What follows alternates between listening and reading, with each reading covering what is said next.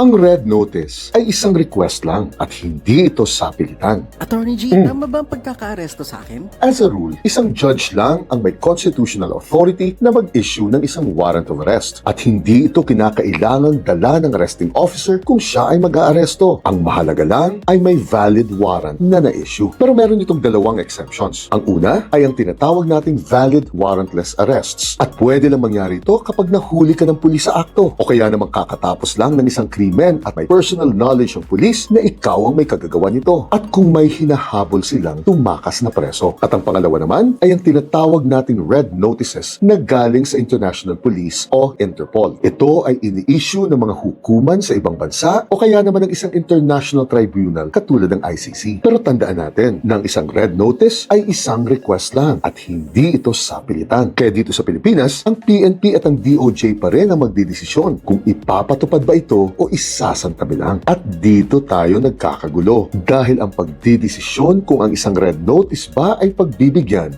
malaking bahagi dyan kung kakampi ka ba o kalaban. Tandaan natin ng isang magaling na abogado ay kayang ipaglaban o depensahan ang anumang argumentong gusto mong palabasin o kaya ipanalo. O gets nyo na?